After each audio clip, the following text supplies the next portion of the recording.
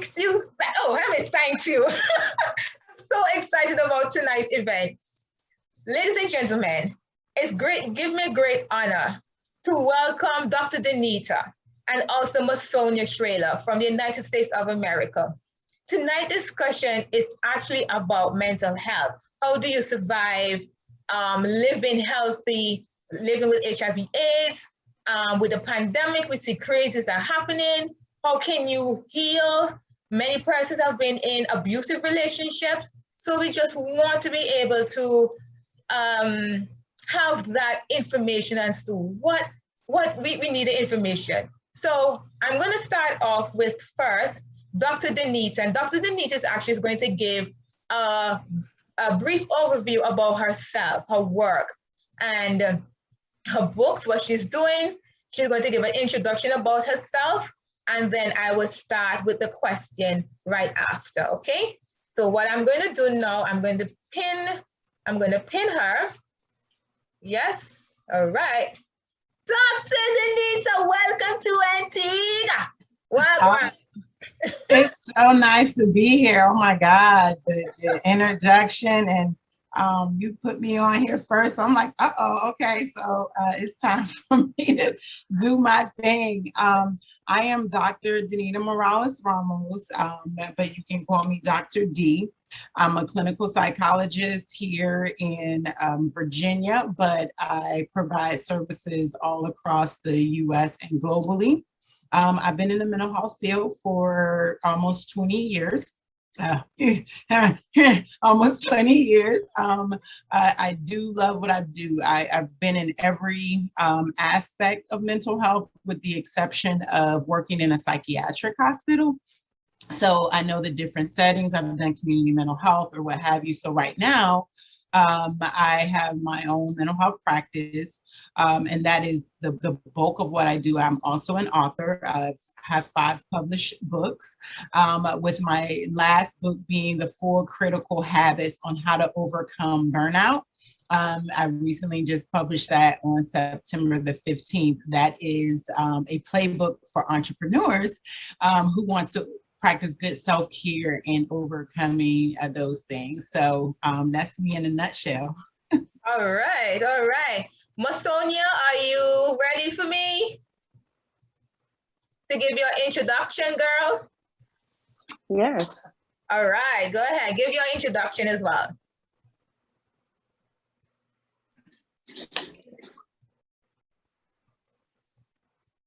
Okay, you're muted.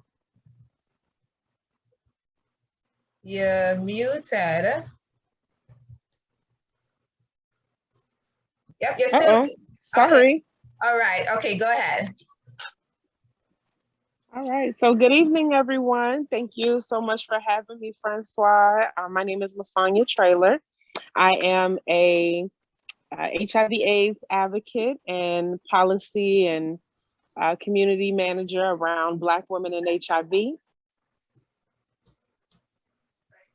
And I practically help Black women living with HIV and AIDS who are surviving, thriving, as well as supporting other women who are trying to make sure that they stay HIV negative, as well as women who are pregnant living with HIV, supporting their efforts and ensuring that they receive the support needed to have a baby without HIV.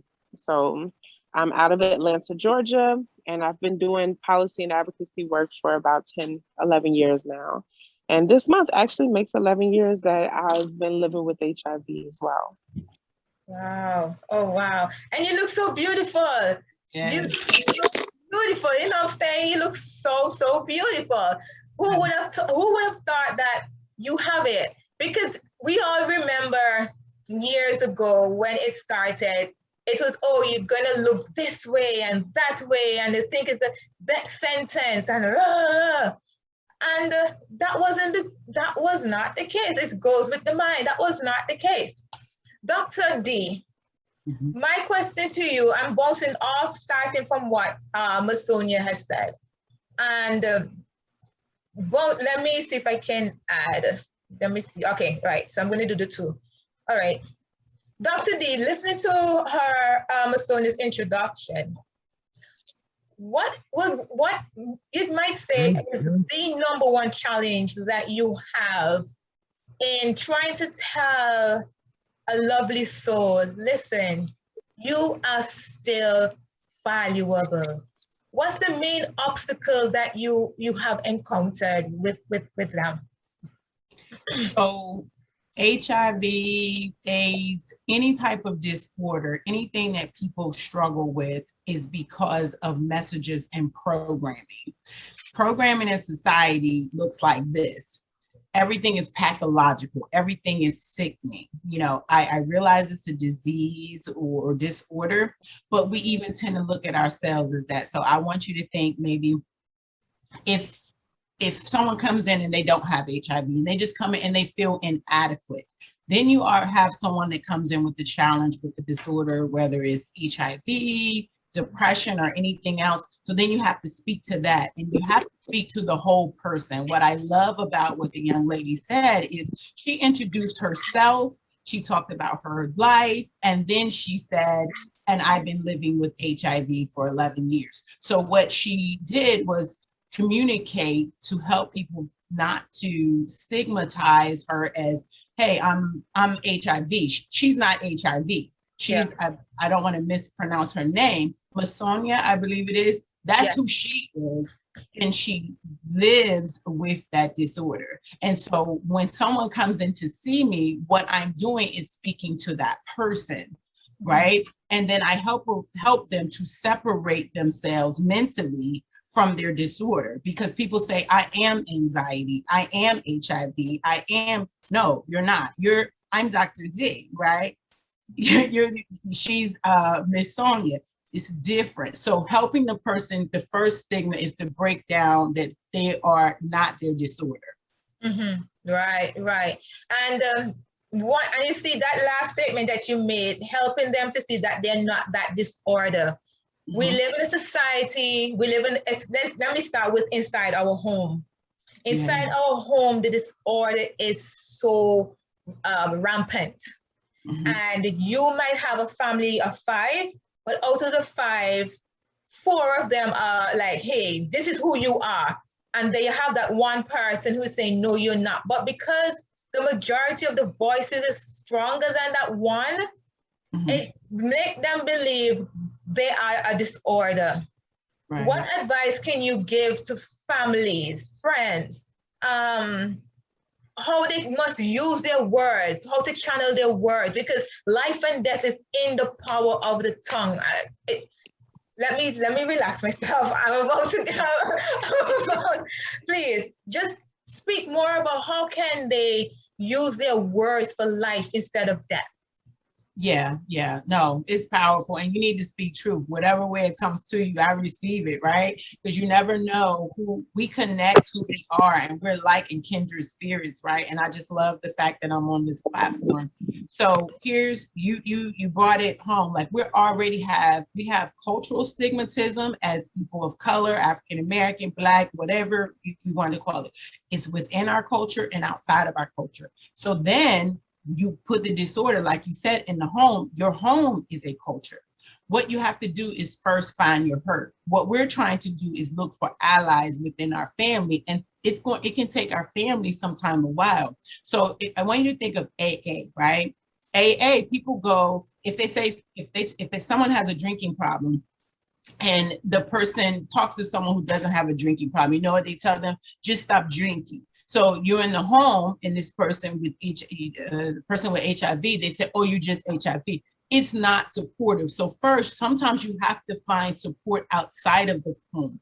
Again, like this platform right here, so that they can lift you up because you're talking the same language. And then you start educating those in your family. The frustration and the depression and just the low spirit comes in because they're trying to change the mindset of people that culturally do not understand yet. So you might have to start outside of the home. Secondly, you have to set boundaries. If they get educated, then you tell your family, no, I'm not my disorder. But in order to maintain those boundaries, not just set them, they have to have that additional support with other people that understand what they're going through. Right. That is true. That is true. No. I'm taking all the meds that is needed. And you know, the meds also have the side effects. You know, they have all these things. And it also plays with the emotion. And you rightly said, try to seek help from outside. Now, what if I don't want anybody to know that I'm struggling with it? I'm struggling in taking my meds, taking them on time, but also it's burning me that I'm not able to let persons know that I have HIV/AIDS. And what's his name? That actor, the actor came out 2 months ago to release that he's been living with HIV/AIDS for 15 years. He was on the Tamron Hall show. I'm trying to remember his name. But he said that for 15 years, he lived in silence and it killed him. Even though he was acting and doing all this stuff on stage, but it was killing him. What advice can you give to somebody who might be in that same situation right now? I want to tell somebody, because I don't want to commit suicide. I don't want to keep on cutting myself. I don't want to keep drowning my ears with nonsense just to try. I mean, what advice can you give to somebody that's saying, I need help, I just need that outlet to release? But they're afraid. What I would say to them is use their voice. I'm not HIV positive, but I've struggled with the disorder. I know what it's like to want to commit suicide. I have a tattoo right here that says now. This tattoo is here because at the age of 26, I tried to take my life because I didn't have a voice. My clinical research for my doctorate degree is about us not having a voice, whether it's mental health or whatever it may be. And it was another therapist who did her thing, her therapy thing. And I realized through my own studies that self-concealment, that means hiding ourselves, hiding what we think others will discriminate. We think they will discriminate against us. It makes us more mentally sick. It makes us want to take our life. It makes us want to cut our wrists and take medication and things like that. You have to speak out. This platform is evidence that there are people that understand your story. There's people that have gone through it. I can guarantee you that it is more people that have either the same thing or something similar to you. But if you don't speak out, no one else will. And speaking makes you feel better. Right? Yeah. It says the truth shall set you free, right? And it did. It set me free. Every time I get to tell my story, every time I get to do this, my first book was called From the Voice of a Fractured Mind, Speak Loud. It was because mental health was killing me because it wasn't any good quality of mental health. So what I say to that person is find someone. Now, that doesn't mean you're going to tell any and everybody in the beginning. You know, sometimes people think they've been holding it so long, they want to tell everyone. You might need to start with a therapist, a safe place so that they can walk you through how to overcome the fears you may have and help you to find out. They can maybe help you find support groups. Of course, you know about the different crisis lines, but you have to speak out because HIV, but then you want to develop more mental health problems and your mental health affects this. And your body won't be able to sustain any of the other challenges that you may have from that physical condition. Right. Masonia, I would love to get your take as well, because I remember we've had our conversations, and one of the things that you had to struggle with as well too was having to let your family know that you were HIV/AIDS positive. And what was one of the main things that you had to tell yourself? You know what, I have to tell them. What was the drive? What was the big push? I said, I have to tell my mom, I have to tell this, I have to tell that. What was the main push for you? So first I want to see if I could redirect something that you said. So just like Dr. D mentioned, as far as language is concerned, we try to use first person language, Yeah. right? And so instead of saying you're HIV, right, you would say, since your HIV diagnosis or living with HIV. That's right. how we would rephrase that. Mm-hmm. So what my driving force was for telling my family was, once I made a decision that I am going to go public with my status, I saw fit to let them know, because I understood that it's going to indirectly and directly impact them in the magnitude in which I knew in my heart that I was going to set out to speak at. So my very first speaking engagement was with CNN, and I knew that that was a pretty large platform. Yeah. And I knew that anyone and everyone could come back to my family and say anything. So let me be the first to let them know. Also the weight of knowing that I'm like I'm one of the matriarchs of my family, to be the one that cooks for the holidays and things like that. And I didn't want people to be afraid, later. So I took my time. But my main purpose for sharing with my family my diagnosis wasn't so that they could fully give me support, but more so that they can think about how they want to manage or handle the responses that they may receive from the publicity and the media. Right. Wow. All right. And with COVID-19, what has been your feedback within your circles, within persons who have been diagnosed? Give us a feedback as to how are they thinking about themselves right now? Are they thinking there's no life for them anymore? Are they thinking, there is a life, and I just need to surpass? What are some of the coping mechanisms that they're even using?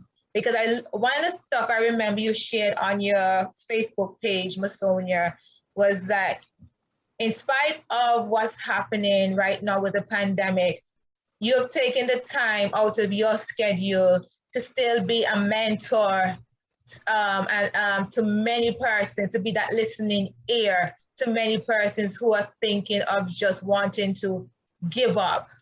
And Dr. D spoke about mental health. I'd like to hear your feedback on what's been happening in your neck of the woods, and give examples share examples to even life-saving solutions that came in at the quick of the moment, and maybe it might help someone who is listening and might be able to apply it in helping someone else. So one of the main things that we did was we didn't stop.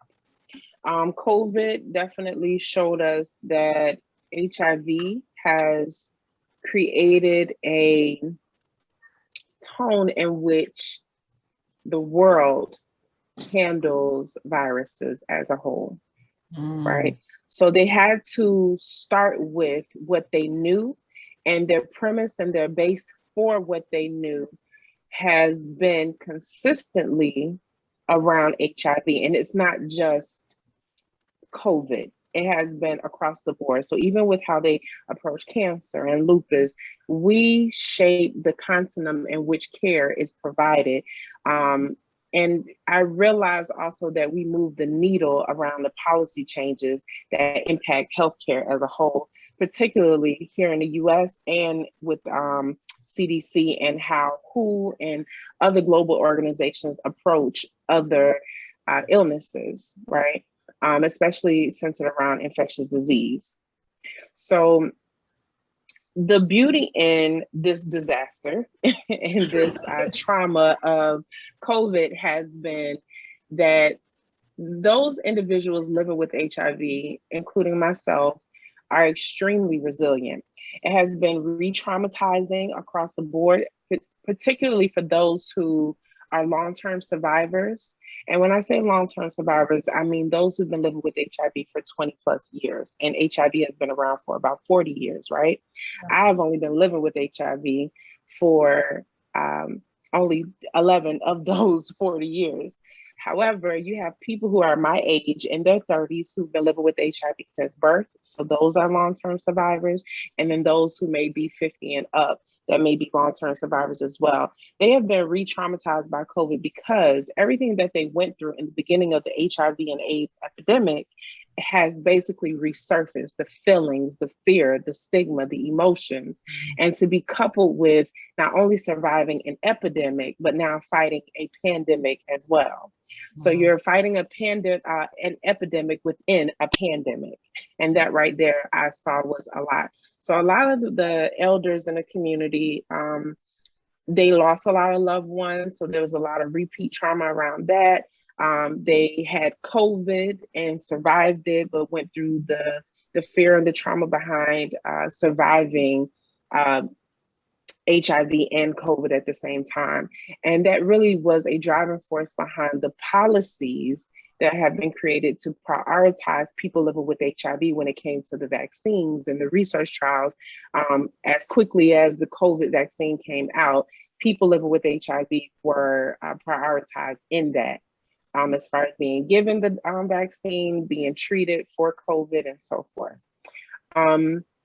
One of the other things I noticed and got to be a part of is an organization called the Well Project, along with my own organization, Lady BurgAndy. The Well Project did a really good job at creating virtual spaces quickly by listening to their community advisory board and saying, hey, what do you all need right now? Since we're at home, what should we do? What can we do for you from where we are?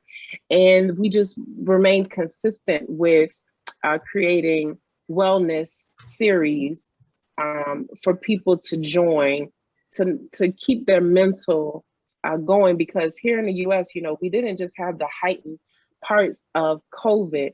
For Black and Brown communities, we also had racism heightened as well.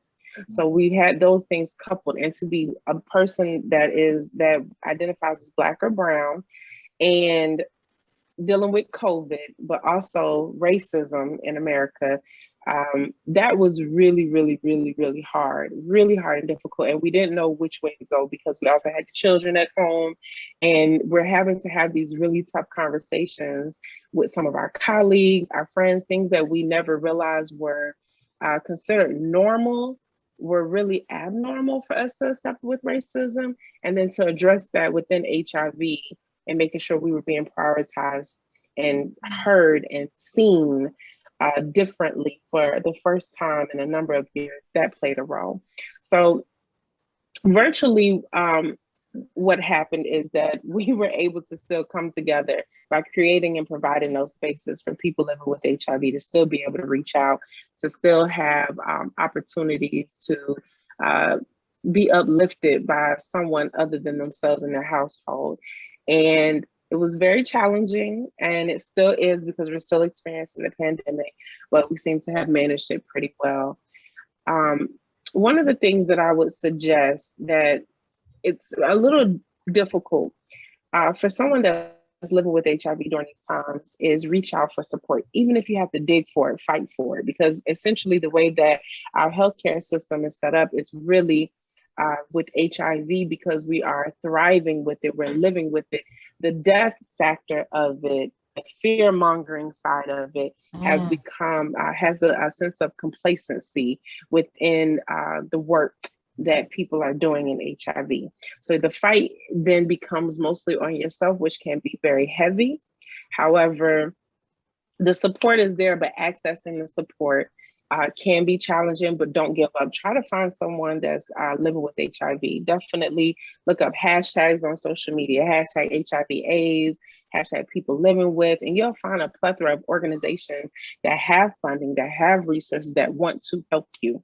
They have it available and they want to help you, but they won't know that you're there until you reach out. And that's the bridge that's hard to cross or mend or build oftentimes in the community during this pandemic, because the human connection it's so virtual that it's the only thing that's really available right now. But people really need to see, hear, and feel the energy of someone else outside of this virtual space. But it's still available. It's still available. Okay. Dr. D, you can carry on, yeah? You can continue from Masonia, because obviously that flows right into your field as well.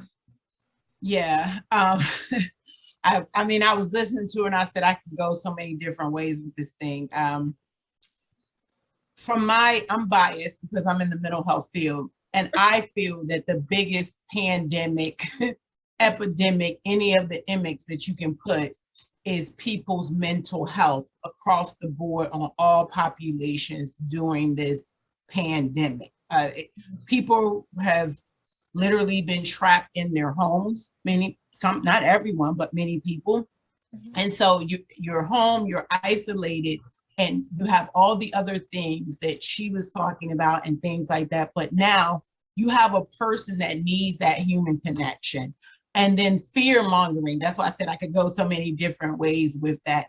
The problem is fear is anticipation about the future, about what I think the future may be. And all I have is this virtual vision, television, social media that's sending so much stuff, and it's been overload. And that's the only information they've had for the outside world. Well, most of that information is like, hey, you better not go outside. And so it's like, how do I connect? And that's those small little things, like she said, you know, looking for the hashtag, take the first step, take the first step. You know, if you're on social media all day and you're feeling overwhelmed, then it's probably the content that you're consuming. Go find other like-minded people. You know, the other part of that is, I said it a little bit earlier, I said finding your herd. Finding people, my biggest value is acceptance. If you're looking at messages, or you're in a circle, or you're in some type of groups that is not accepting, then you need to find one that is, and they can connect you with someone else. It's 6 degrees of separation, and I would like to think it's even more because we have the internet. I got connected through you all from somebody that's way over here, and I'm getting value today. So you don't have a disorder doesn't have to connect us, just someone reaching out and saying, hey, I need help. Don't be afraid to do that. Yeah. My other question, which is also a concern for me, is how do you get over being molested? Someone who's also been raped, they go through life blaming themselves because they didn't have an outlet, of course. The parents or guardian didn't believe them. And they focus in life was 2 things. 1, trying to please everyone because they're looking for acceptance. And 2, damaging themselves because nobody is believing them, and believe that because of how they're acting so-called crazy, that they have a disorder of cray and, you know, crazy cray in these things. And they go through life just trying to achieve this, achieve that, achieve this, because they're trying to fill that void, only because when you look back to that hurt of what is what happened to them, and they never got over it completely. What advice can you give to any one of us, even a psychiatrist, a psychologist, who would want to give some assistance to persons that are struggling mentally with getting over that victim, being a victim, and they still believing they're a victim? Yes. It's a reason why we connected, love, because my mission is to transform victims into victors. I was sexually abused as a child. I was re-traumatized over and over again because I stayed in that victim mode. And my mission is to transform victims into victors, to get out of that story, to not be stuck there. And this is how we're stuck, because something happened to us. But just like we talked about the disorder, that experience is not who I am. It's what I went through, but it's not who I am. Right. And so if I look at that as an experience, just like right now we're talking, this is an experience, I can move on and stay present. Right. It's not who I am. Yeah, that person was mean, or those people were mean and they did what they did. And I'm not saying it didn't happen, but that's not where I'm at right now. Right now I'm talking to you, and we're here and we're sharing it and spreading love. And so I would be lying if I don't say, if I didn't say that it doesn't still impact me. Sometimes that voice comes back and say, you're not good enough, right? Sometimes that voice comes in and say, you got to do more just to prove. But you know, when it's doing that, it's because I've taken myself back unconsciously to that story. And so every time I get an opportunity to pour into someone else, it reminds me that I'm not the only victim here, right? We all have had something that's been traumatizing. So first and foremost, accept what happened to you, right? Accept it. It did. It doesn't mean you deserved it. It doesn't mean that it was right, but it happened. But when you're accepting it, it's gone. It's in the past, right? And then accept responsibility for your now. That's what that means. Mm-hmm. Which means that I firmly believe, when I say firmly, I firmly believe it. I know it's against the grain for some, but I firmly believe that we should not be into the cancel culture. The reason why, because cancel culture keeps the victim a victim. Mm-hmm. Cancel culture make the victim constantly blaming the person or persons that did the wrong to them. Yeah. And not able to forgive themselves or able to forgive the person. Yes, they have done it. Mm-hmm. Forgive them and let God give them the punishment. We would love to give them the punishment, but you know what? God's wrath is so much better than what we would give the person or persons that did it. Cancel culture promotes unforgiveness. Right. And if you blame. Blame exactly, is that exactly. Blame. Yes. That's where the victimhood comes from. It's the blame. Remember when I said earlier in the call is that part of that culture is pathological. We're always looking for something sick. Another name for pathological is blame. Who can I blame? Who or what can I blame? And as long as you're blaming something, then you're always going to be a victim, right? But as soon as you take back control of your life, which starts with your mind, you become victorious. And it doesn't mean you'll never have a challenge, but every time you have a challenge, if you're looking for something to blame, you're always going to feel defeated. You're going to take it back to, oh, this happened to me. I'm talking for Dr. D before she became a victor. Oh, you know, I was abused as a child. Oh, I came from a judgmental family. But all those excuses not to show up and do what I need to do and take responsibility for my life. It's true. I'm going to give an example, right? I was doing some volunteer work. This is during Hurricane Irma had hit the Caribbean back in 2017. I was doing some volunteer work with some persons, and a group of ladies was speaking. One of the lady, the main speaker, sorry, I should say, she was pregnant, and a lady corrected her about something that she did, you know, what she was wrong. And her response to the lady is, well, I'm going to speak it in proper English because, of course, you will not understand our dialect. You will not understand the dialect, but it was said in dialect.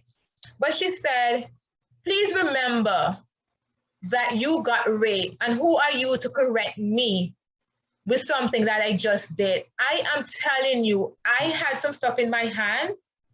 I almost dropped. Everybody looked on her and like, do you realize what you just said? You're basically replaying a person who got raped. No, nobody knew about it. But when she said that, just the reaction you gave just now, it was that to me and worse. And I said, no, what if that baby that she have in her, what if she marked that baby? What if that child come out and something worse happened to that child because of those unsympathetic or less sympathy, less empathy. She didn't have no sort of care in her mouth, all because she did something wrong and the lady was just simply correcting her. And she's telling her, basically she just told her to shut up. But if you tell her to shut up, why are you going to bring up something that happened to her many moons ago? So it's that's like, where boundaries have to come in. So I know even if we talked about how do people deal with things in our home, right? If the person has HIV, because I like Dr. D like to bring things full circle. So you're at home with your family, they might not understand and they judging you and this, that, and the other. You have to be willing to set boundaries. And most people say, I set boundaries, but they don't follow them. Well, you set them and then you have to maintain them. And so let's just say that was a family that you just talked to. What people do when they blame, they stop focusing on the problem and they start focusing on the person. Whatever the problem was is what you said she did wrong per se, right? That's what we need to address. So had she said that to Dr. D, I would have said, you know what? You're very right. I was raped, but the problem is this right here. Let's address that. So what Dr. D is setting and maintaining a boundary that we're not going to focus on anything but what we need to address right here. This ain't about Dr. D if she got raped. This is about the problem. That's how you protect listen to me, people. This is how you are responsible for your physical, emotional, and spiritual space. No one else is. And so that lady was imagine you live in a house and you have a fence. That's what you protect. That's where boundaries are. So that lady tried to jumped over her fence. If she tried to jump over Dr. D fence, then I can set a boundary with my words, just like you can with a door or a fence, and say, no, this is the problem. You're across my fence. That's how you protect your mental health and your mind. Okay. Just repeating it, I still feeling that it was really hurtful and I felt it. I felt it was me, but I felt it. I really do. I really did. We have now children. Let's speak with males. Let me be specific now. Let's deal with the boys. We have boys that they don't like to seek help. They become men. They become fathers. They tell the boy child, oh, man up. You're strong. He's hurting. Man up, man. You can do better. I overcome it. Really, you did not. Whatever it is you would have gone through, he is going through it, but differently. Why would you impose such a treatment to that boy, your son, tell him man up? We have a lot of men today just who really refuse to seek help. You have men who get raped and they don't want to say that. You have men who've been molested. You have men that have been traumatized. You have men who are beaten by their women.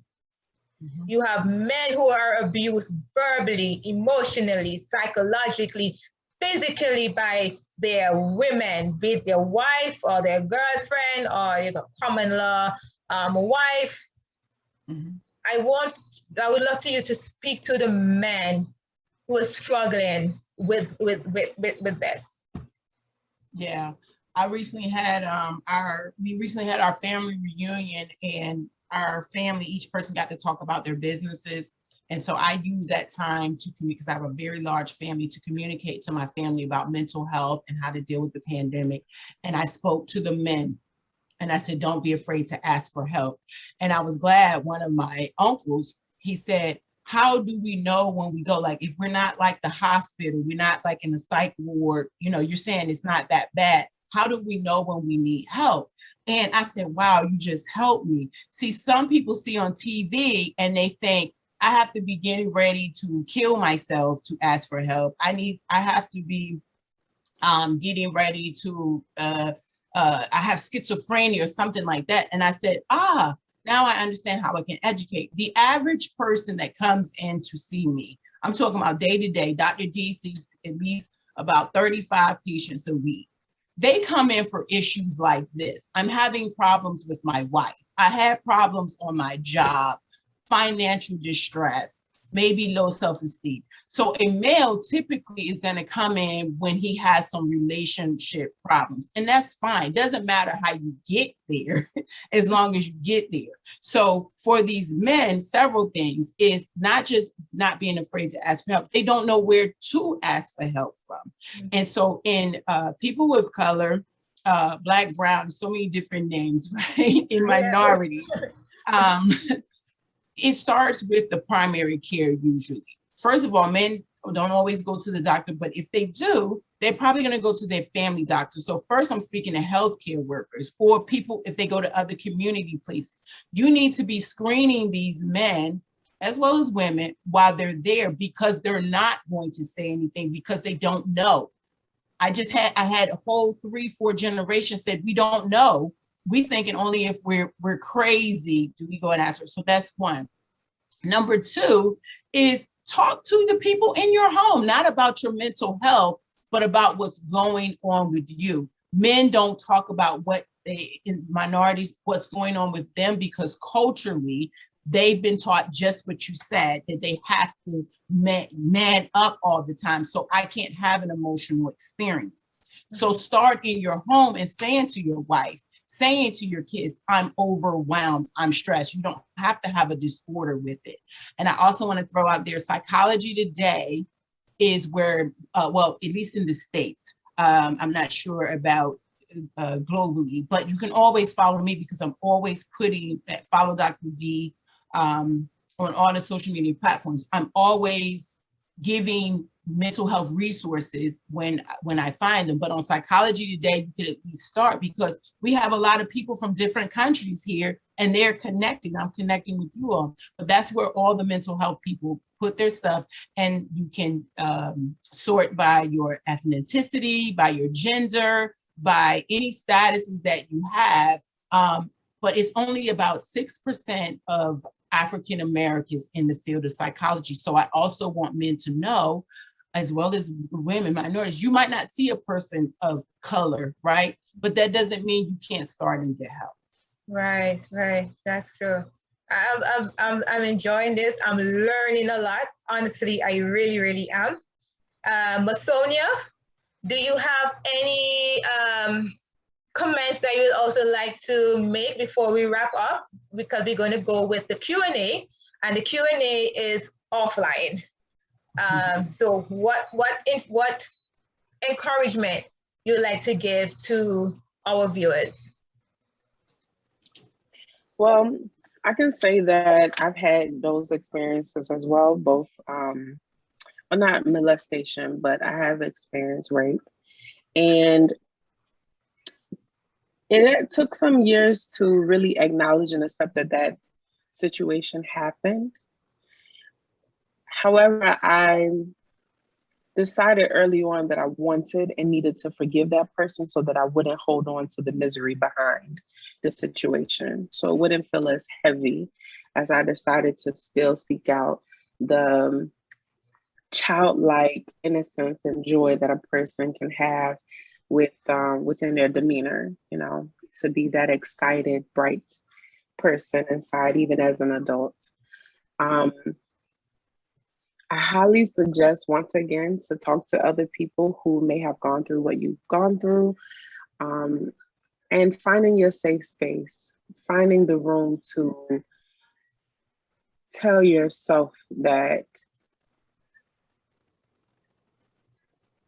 you didn't do anything wrong, finding the space to give yourself, or find the right words that will pull yourself to a space where that memory doesn't disrupt your peace, that you can maybe utilize it for fuel for someone else who may be going through it and don't know how to overcome or get through it. And then also maybe invest in opportunities where you can help younger people have a shift in our culture, where the conversations aren't just good touch, bad touch, but also understanding why we're protecting each other. I think that right there is a conversation that doesn't get had often, to make it a stronger value. You know, we can tell our children not to do something, they still will go and touch a hot stove because it's pretty, it's bright and red, and it feels like it may be good, but until you really touch it, you don't really know that you've gone to unsafe spaces.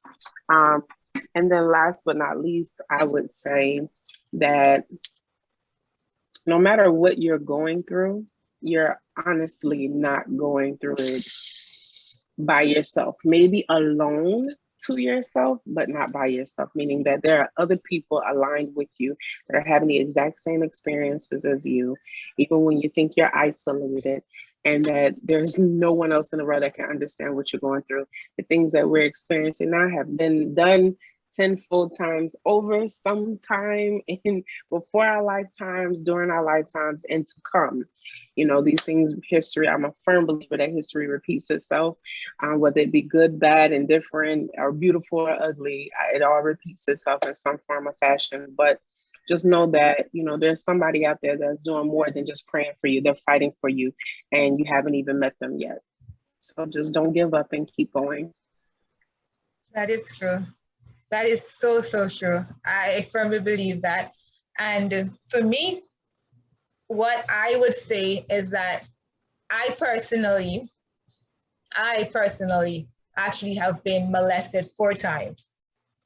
4 times. You're looking at a survivor. It started from the age of 5 years old, right? It started from 5 years old, where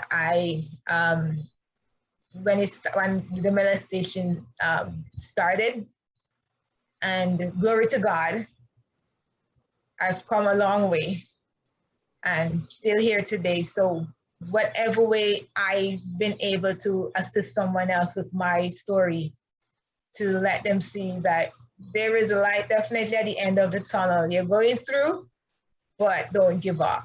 You know, don't give up.